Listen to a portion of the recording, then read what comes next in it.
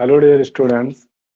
तो आज जो है हम लोग पढ़ेंगे क्लास 11th के मैथमेटिक्स में। हमने एक्सरसाइज 5.3 तक हम लोगों ने कंप्लीट कर लिया था और वहाँ पर आपको जो कुछ क्वेश्चन बताए गए थे उसमें आपसे कहा गया था कि अगर कोई क्वेश्चन आपसे ना लगे तो आप हमसे पूछ सकते हैं। ठीक, तो जो क्वेश्चन आपसे ना लगे वो पूछेगा। फिलहाल आज जो हम लोग स्टार्ट करेंगे इसी चैप्टर में जो आपको विविध प्रश्नावली दी जा रही है वो जो है हम लोग स्टार्ट करेंगे। तो देखते हैं भाई, विविध प्रश्नावली। विविध प्रश्नावली में सबसे पहला क्वेश्चन क्या दिया है? देखिए, बात आप लोग अब ये समझ लीजिएगा, ये जो आपकी एक्सरसाइज है ये मिसलेनियस एक्सरसाइज है, क्योंकि इसमें आपको वही क्वेश्चन करने पड़ेंगे जो आप इससे पहले की एक्सरसाइजों में कर चुके हैं। ठीक उसी क्वेश्चन को हमें फिर से यहाँ पर जो है उसी टाइप के क्वेश्चन करने हैं। तो ये आपकी मिसलेनियस एक्सरसाइज रहेगी। देखते हैं इसमें सबसे पहला क्वेश्चन आपका क्या दिया हुआ है। आई की पावर 18, आई की पावर 18 प्लस 1/i की होल पावर 25, पूरे की जो है होल पावर दी जा रही है कितनी? 3। इसका जो है मान ज्ञात कीजिए।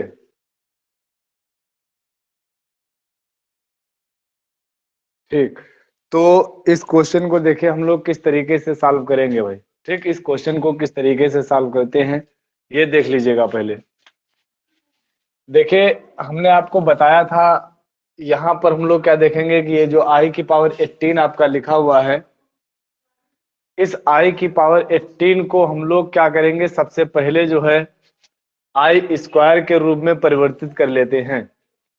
जब ये हम लोग आई स्क्वायर के रूप में परिवर्तित कर लेंगे, देखिए आई स्क्वायर के रूप में इसलिए परिवर्तित करेंगे, उसका रीजन भी आपको बताया गया था, क्योंकि हमें आई स्क्वायर की वैल्यू पता रहती है कितनी, -1।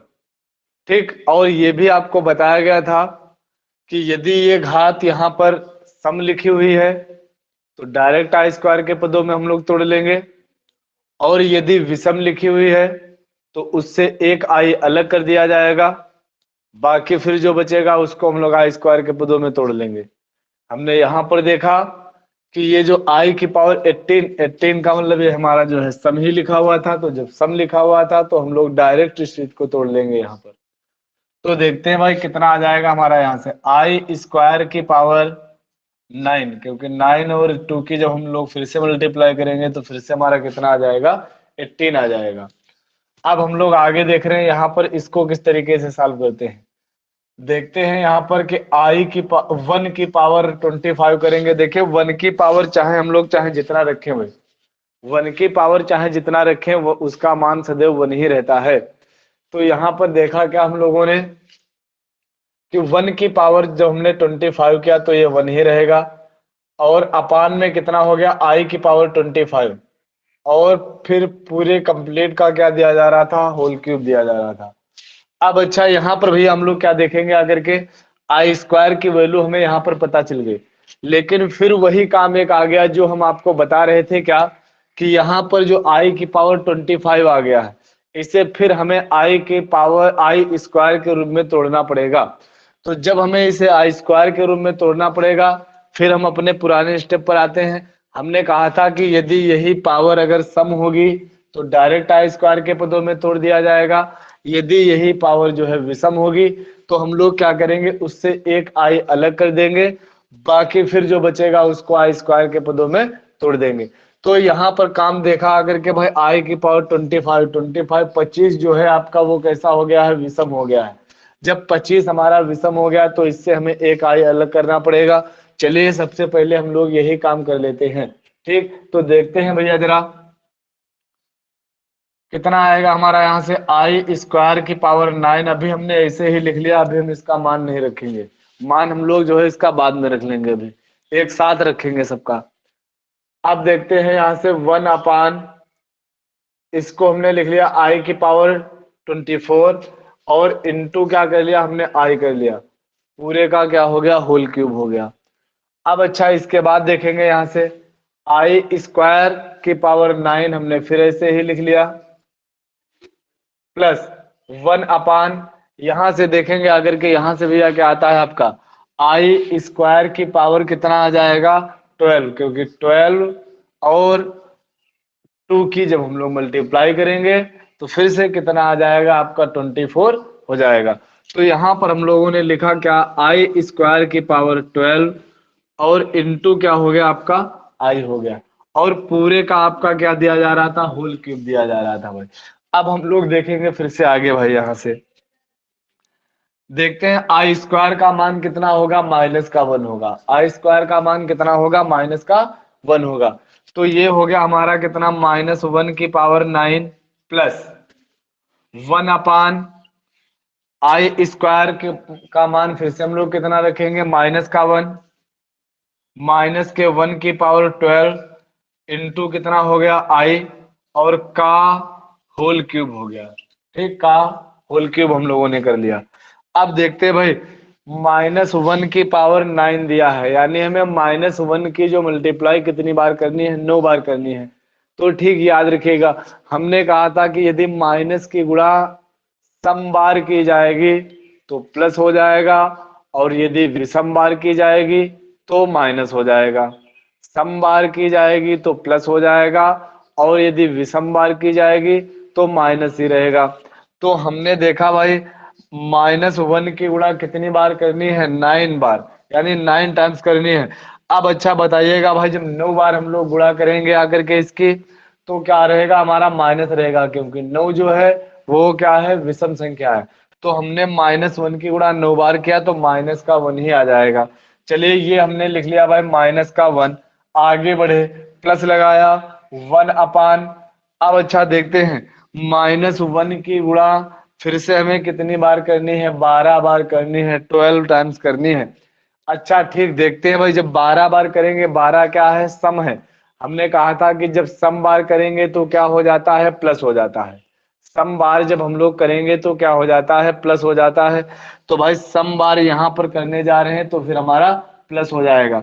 तो यहाँ पर इसका मान कितना आ जाएगा हमारा 1 आ जाएगा, और आई से फिर हम गुणा करानी है तो डायरेक्ट हमने इसको लिख लिया क्या आई लिख लिया। फिर पूरे का होल क्यूब था, हमने पूरे का होल क्यूब ऐसे ही लिख लिया। अब जरा और भी आगे बढ़ते हैं, देखते हैं अपान में आई लिखा हुआ है और इसका हमें होल क्यूब करना है। तो उससे पहले हम लोग इसको जरा एक बार और भी सॉल्व कर लेते हैं। देखिए सॉल्व करने के लिए करेंगे क्या, हमने इसके हर और अंश दोनों में आई से गुणा करा लिया, हर और अंश दोनों में आई से गुणा करा लिया। तो देखेंगे कितना आ जाएगा -1 प्लस ऊपर हो गया भैया 1 और आई की हम लोग करेंगे तो आई आ जाएगा। यहाँ पर आई और आई की फिर से दोबारा अगर गुणा करेंगे आकर के तो कितना हो जाएगा आई स्क्वायर हो जाएगा। तो ये हो गया हमारा आई स्क्वायर। ठीक, और का क्या हो गया होल क्यूब हो गया है। अब अच्छा जरा देखते हैं इसके बाद आई स्क्वायर का मान कितना होता है -1 होता है भाई। आई स्क्वायर का मान कितना होता है -1 होता है। तो यहाँ पर जब हम लोग -1 रखेंगे आकर के तो क्या आ जाएगा हमारा -1 प्लस आई अपान -1, वो हमने माइनस यहाँ पर लगा लिया करके माइनस, और आई हो गया 1 हमने नीचे से हटा दिया, 1 अपान में लिखें चाहे ना लिखें, और का क्या हो गया भैया होल क्यूब हो गया। अब यहाँ से एक काम जरा ये कर लीजिएगा भाई, माइनस चिन्ह हमने कॉमन कर लिया। ठीक, माइनस चिन्ह जैसे हमने कॉमन किया तो कितना आ गया हमारा 1 प्लस आई आ गया, और पूरे का क्या हो गया हमारा होल क्यूब हो गया, पूरे का क्या हुआ होल क्यूब हो गया। अब अच्छा जरा हम लोग यहाँ से एक चीज ये देखेंगे आकर के -1 की कितनी माइनस की गुणा कितनी बार करनी है 3 बार करनी है, 3 टाइम्स करनी है। तो फिर हमारा वो माइनस ही रहेगा, ये बात आपको कंफर्म है पहले से ही। तो हमने ये माइनस हटा करके आगे कर लिया। जब हमने ये माइनस आगे कर लिया करके अब हमारा ये क्या बन गया a प्लस बी का होल क्यूब बन गया। क्या बना a प्लस बी का होल क्यूब बन गया। अच्छा बताइएगा भाई, जब a प्लस बी का होल क्यूब हो गया है तो इसके होल क्यूब का फार्मूला आपको क्या बताया गया था, तो इसके होल क्यूब का फार्मूला था a प्लस बी के होल क्यूब का a cube plus b cube plus 3ab, और ब्रैकेट में फिर लिखा जा रहा था इनटू में क्या a प्लस बी। तो हम लोग यहाँ पर फार्मूला भी लिख लेते हैं, a प्लस बी का होल क्यूब था आपका a cube plus b cube plus 3ab और फिर a प्लस बी। तो चलिए वही काम हम लोग यहाँ पर भैया करते हैं। माइनस तो हमारा बाहर लगा हुआ है, a cube plus b cube plus 3ab और a प्लस बी। ठीक, इतना काम हम लोगों ने कर लिया। अब क्यूब लगाने की जरूरत नहीं क्योंकि हमने क्यूब तो खोल ही दिया है यहाँ पर। माइनस हमारा ऐसे ही लगा रहेगा, 1 प्लस आई क्यूब हो गया, आई की पावर 3 हो गया है। इसको हम लोग क्या करेंगे, 3 घात हो गई, विषम हो गई, तो एक आई अलग करना पड़ेगा और दूसरा क्या आ जाएगा, हमारा आई स्क्वायर आ जाएगा। तो क्या आ जाएगा, आई स्क्वायर इंटू आई, और आई स्क्वायर का मान कितना होता है, माइनस का 1 होता है। अच्छा भाई, -1 इंटू आई तो माइनस का आई हो जाएगा। तो हमने आई क्यूब की जगह पर क्या लिख लिया, माइनस का आई लिख लिया। अब यहाँ से 3i की हम लोग अंदर गुणा करा लेते हैं। तो 3i और 1 की कराएंगे तो 3i ही रहेगा, 3i और i की कराएंगे तो 3i स्क्वायर आ जाएगा। अब देखते हैं कितना हो जाएगा भैया। माइनस ऐसे ही लगा रहेगा, 1 माइनस 3i से एक आई चला जाएगा तो बचेगा कितना, 2i बचेगा आकर के, और काहे का होगा, प्लस का बचेगा, क्योंकि 3i जो है वो काहे का था, हमारा प्लस का था। अब यहाँ से 3i स्क्वायर, आई स्क्वायर की वैल्यू कितनी होती है, -1 होती है। आई स्क्वायर की वैल्यू -1 होती है, तो ये कितना आ जाएगा, -3 आ जाएगा। ये भैया हो गया आपका कितना, -3 हो गया। अब जरा हम लोग आगे बढ़ करके देखते हैं। माइनस ऐसे ही हमारा लगा रहा 1। अच्छा जरा इसको सॉल्व कर लेते हैं, -3 प्लस का 1, -3 प्लस का 1 तो कितना बचा हमारा, -2 बचा हुआ है। तो हमने ये लिख लिया भैया, -2 और प्लस का 2i, -2 और प्लस का 2i। अब क्या कर लेते हैं, अंदर माइनस से गुणा करा देते हैं इसकी, तो देखेंगे कितना आ जाएगा, 2 और माइनस का 2i। यही हम लोगों का क्या हो जाएगा, आंसर हो जाएगा। तो क्वेश्चन नंबर फर्स्ट सब लोगों के समझ में आ गया होगा। अब जो है हम लोग आगे पढ़ेंगे सेकंड क्वेश्चन। देखते हैं सेकंड वाले क्वेश्चन में क्या लिखा हुआ है भाई, ठीक ध्यान दीजिएगा, देख लेते हैं जरा।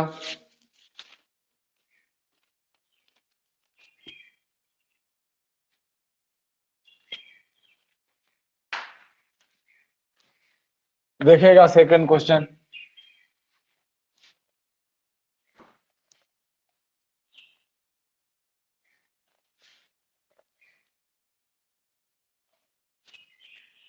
ठीक देखते हैं भाई। करा किन्हीं दो सम्मिश्र संख्याओं, ठीक, किन्हीं दो सम्मिश्र संख्याओं Z1 और Z2 के लिए सिद्ध कीजिए। ठीक, दो सम्मिश्र संख्याएं आपको दी जा रही हैं, दो सम्मिश्र संख्याएं, सम्मिश्र संख्याएं Z1 और Z2, Z1 और Z2 के लिए सिद्ध कीजिए कि real part of Z1 into Z2, real part of Z1 Z2 is equal to real part of Z1 into real part of Z2 minus imaginary part of Z1 into imaginary part of Z2। तो भाई हमें ये जो है इस तरीके का एक क्वेश्चन दिया जा रहा है, करा ये क्वेश्चन सिद्ध करके दिखाइएगा कि यदि Z1 और Z2 दो सम्मिश्र संख्याएं हों तो हम उन दोनों सम्मिश्र संख्याओं के गुणनफल का रियल पार्ट अगर निकालें, उन दोनों संख्याओं के गुणनफल का रियल पार्ट अगर निकालें तो वो रियल पार्ट जो आएगा वो रियल पार्ट ऑफ Z1 पहली सम्मिश्र संख्या का रियल पार्ट होगा, रियल पार्ट ऑफ Z2 दूसरी सम्मिश्र संख्या का वास्तविक भाग होगा, minus imaginary part of Z1 यानी काल्पनिक भाग होगा पहली सम्मिश्र संख्या का, इनटू काल्पनिक भाग होगा दूसरी सम्मिश्र संख्या का। ये जो है हमें सिद्ध करके दिखाना है। तो क्वेश्चन देखने में थोड़ा सा कठिन लग रहा होगा, लेकिन देखिएगा भाई जितना ये देखने में कठिन लग रहा है उतना ही सरल क्वेश्चन है आपका। देख लीजिएगा, देखिए दो सम्मिश्र संख्याएं आपको Z1 और Z2 जो दी जा रही थी उन्हें हमने मान लिया, माना Z1 is equal to x plus i y, Z1 is equal to x plus i y, और Z2 इज इक्वल टू, अच्छा दो सम संख्याएं जब हो गई हैं तो हम क्या कहेंगे, Z1 is equal to x1 plus i y one, क्या हमने कहा, x1 plus i y one, और Z2 इज इक्वल टू हमने क्या कह लिया, x2 plus i Y to कह लिया। ठीक, तो दो समय संख्याएं हमारी जो थी उन दोनों समय संख्याओं को हमने अलग अलग मान लिया, x1 plus i y one और x2 plus i Y to. अब हमें करना क्या है, इन दोनों समय संख्याओं का गुणनफल निकालना है। जैसा कि हमें ये LHS में दिया जा रहा था, तो हम लोग यहाँ पर LHS निकालते हैं पहले। तो LHS निकालने के लिए हम लोग करते क्या है, पहले Z1 इंटू Z2 निकालते हैं और फिर उसका जो है रियल पार्ट अलग करते हैं। तो जरा देखते हैं, पहले हम लोग निकालते क्या है, Z1 इंटू Z2, दोनों समय संख्याओं का गुणनफल निकालते हैं। तो देखते हैं भाई, Z1 का मान हमने रखा x1 plus i y one, और Z2 का मान रखा क्या, x2 plus i Y to. अब दोनों की जो है गुणा करा देते हैं। यहाँ पर देखते हैं, पहले x1 के हमने दोनों से गुणा कराए तो कितना आ जाएगा, x1 x2, x1 x2, अगले वाले पद से करा ली तो कितना आ जाएगा, x1 y2, और i हो गया हमारा। अब हम i y1 से कराते हैं, देखते हैं यहाँ पर कितना आ जाएगा, प्लस x2 y1 i, और फिर आगे बढ़ते हैं तो y1 y2, और i की गुणा कितनी हो गई, i स्क्वायर। ठीक, अब हम लोग देखते हैं भाई आगे जरा, तो कितना आया, x1 x2 प्लस, यहां से देखा आकर के भैया कितना हुआ, x1 y2 plus x2 y1, दोनों में i है, चाहे हम यहां से क्या कर लें, दोनों से i कॉमन कर लें। देखते हैं, जब दोनों से i हम लोग कॉमन करेंगे तो कितना आ जाएगा, x1 y2 plus x2 y1, और प्लस, अच्छा यहां से देखेंगे आई स्क्वायर का मान कितना होता है, आई स्क्वायर का मान होगा हमारा कितना, माइनस का वन। जब आई स्क्वायर का मान माइनस का वन हो जाएगा तो ये पद हमारा कितना आ जाएगा, माइनस का y1 y2 हो जाएगा। कितना आएगा, माइनस का y1 y2 हो जाएगा। अब जरा देखते हैं, इसके साथ तो आई लगा हुआ है, ये हमारा इमेजिनरी पार्ट हो गया, काल्पनिक भाग हो गया। इन दोनों को साथ साथ ही लेंगे क्योंकि इनमें आई नहीं है। जब इनमें आई नहीं है तो हमारे ये कैसे हो गए, वास्तविक भाग हो गए।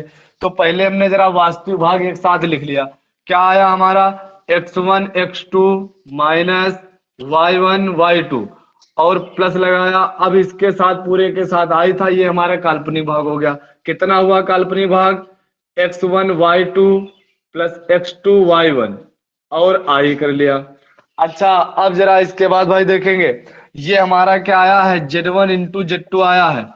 लेकिन जो हमें क्वेश्चन दिया जा रहा था, क्वेश्चन में क्या कह रहा था कि real part of Z1 into Z2, क्या कह रहा था, real part of Z1 into Z2। तो हम लोग यहाँ से LHS निकालते हैं जरा, LHS में देखते हैं आकर के real part of Z1 into Z2। ये हमारा Z1 इंटू Z2 लिखा हुआ है पूरा, बताइएगा जरा इसका रियल पार्ट कितना है, वास्तविक भाग कितना है। तो ये दिखाई पड़ रहा है, इतना जो है हमारा वास्तविक भाग है इसका। जब बताइए भाई ये इतना वास्तविक भाग है, तो हमने यहाँ पर लिख लिया आकर के वास्तविक भाग को, क्या, x1 x2 minus y1 y2। ठीक, ये क्या आ गया, रियल पार्ट ऑफ Z1 आ गया। अब जरा जो आया है real part of Z1 into Z2, इसको देख लेते हैं इसमें क्या क्या लिखा हुआ है। ये पूरी बात जो आपकी थी यही सिद्ध होने वाली है, देखिएगा जरा। तो हमने यहां से लिखा क्या कि real part of Z1 into Z2 is equal to, बताइएगा जरा x1 क्या है, x1 क्या है, ये x1 था क्या, रियल पार्ट था किसका, Z1 का। तो x1 क्या है, रियल पार्ट ऑफ Z1 है। तो हमने x1 को भैया लिख लिया क्या, रियल पार्ट ऑफ Z1। तो ये हो गया हमारा real part of Z1, into लगा हुआ था, इंटू हमने लगा लिया। भाई x2 क्या था, x2 क्या था, रियल पार्ट था किसका था, Z2 का था। तो हम लोग x2 को क्या लिखेंगे, रियल पार्ट ऑफ Z2। इसको हम लोग क्या लिखेंगे आकर के, real part of Z2। Minus लगा हुआ था, माइनस लगा लिया। बताइएगा जरा भाई y1 क्या था, y1 क्या था, इमेजिनरी पार्ट था किसका था, Z1 का था। हमने यहाँ पर y1 को लिख लिया आकर के क्या, इमेजिनरी पार्ट ऑफ Z1। अच्छा, इनटू Y2 क्या था, Y2 क्या था, इमेजिनरी पार्ट था किसका, Z2 का था। तो हमने यहाँ पर भी लिख लिया क्या, इमेजिनरी पार्ट ऑफ Z2। देखिए क्या यही हमें प्रूव करके दिखाना था, यही हमें प्रूव करके दिखाना था। तो चलिए ये भी हमारा क्वेश्चन प्रूव हो गया है।